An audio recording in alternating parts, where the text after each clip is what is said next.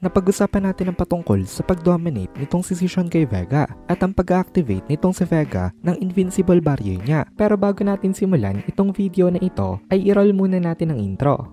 Hello everyone and welcome to my channel, ang inyong source ng Tagalog na Tensura Contents. Sa channel na ito ay pinag-uusapan natin ang mga nangyayari sa may Tensura universe. So without further ado, let's get into the video.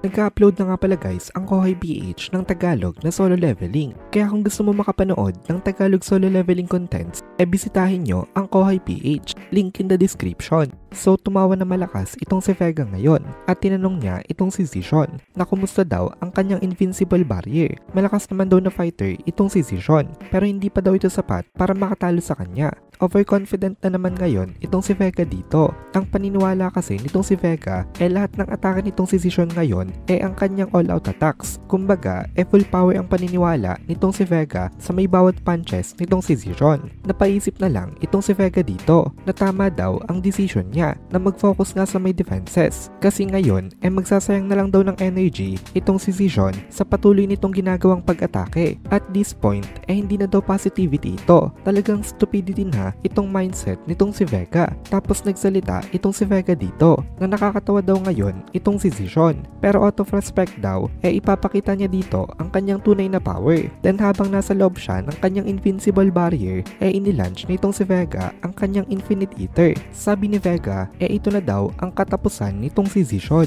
Ito ang most powerful attack nitong si Vega, kaya meron siyang absolute confidence dito. Itong atake na ito isang special killing technique na ginamit ni Moss sa laban niya sa mga Evil Dragon spawns. Natutunan nitong si Vega itong atake na ito nung nakita niya at ito ang kanya naging ultimate attack eventually. Surprisingly, napaka-compatible kay Vega nitong atake na ito kasi kay Moss nga ito galing pero hindi ito totally na nai-utilize nitong si Moss to its full potential. Kasi kapag si Moss ang nagkakast hindi niya kayang i-cast agad ito habang hindi pa nito fully na nai-consume ang kanyang kinain. Habang ngayong itong si Vega naman ang nagkakas nito wala na itong ganong klaseng limitation. Ito dahil sa kanyang ultimate skill na Evil Dragon King na Azidahaka. In other words, kaya ito ni Vega gamitin repeatedly without waiting for any cooldown.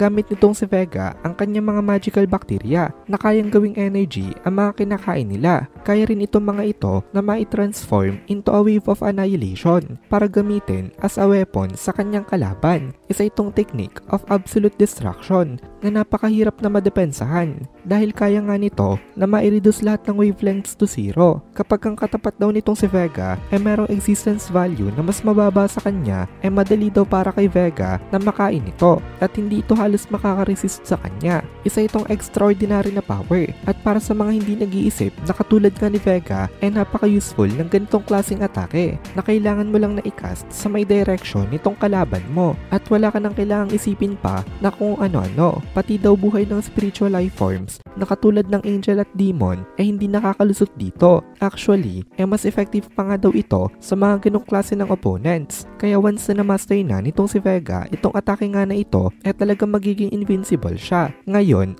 around 20 million na ang existence value nitong si Vega at currently siya ang strongest sa may 7 Angels of Death. In terms of rank naman, halos ka-level na siya nitong sila Zelario at Jahil ng mga 3-star generals, pati na rin pagdating sa amount ng existence value. On the other hand, less than 5 million lang ang existence value nitong si Zishan. Ang gap daw ng value nitong dalawa talagang napakalayo to the point na kung ikaw daw ang nasa kalagayan nitong si Zishan hindi mo maiiwasan ng despair. So supposedly, maging itong si Zishan ay wala dapat laban sa may Infinite Eater nitong si Vega. Kahit daw na mag-all out pa itong si Zishan, pero nag-reply lang itong si Zishan dito na useless daw itong atake nitong si Vega na ito. Kahit napalibutan na ng Infinite Eater si Zishan hindi siya kumibo sa kanyang current na pwesto na natili siya nakatayo sa may kinatatayuan niya at with an air of overwhelming strength nag-look down siya kay Vega. Napakamalas talaga nitong si Vega dito kasi dahil kay Moss nanggagaling itong Infinite Eater na ito,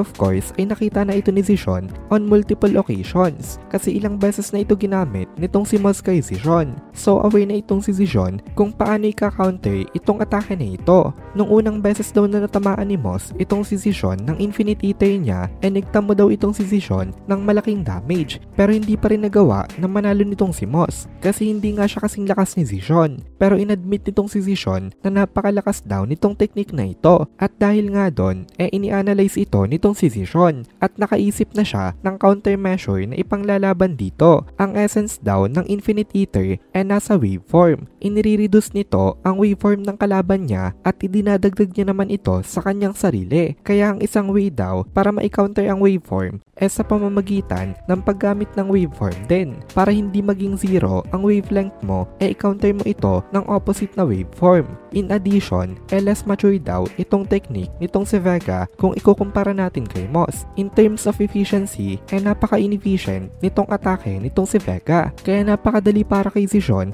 na i-counteract ito. Nagulat na lang itong si Vega dito at sabi niya imposible daw. Bakit daw walang pakialam itong si Zishan ngayon? At bakit daw unharmed dito kahit na tinamaan naman ito ng Infinite Eater niya? At dito na muna natin tatapusin itong video na ito. Kung nagugustuhan mo itong mga videos natin, ay please consider joining the membership para mapanood mo na agad ang mga kasunod na part dahil palaging advance ang ating mga members. Also, ay please consider leaving a like at mag-comment ka na din para ma-boost naman tayo ng algorithm.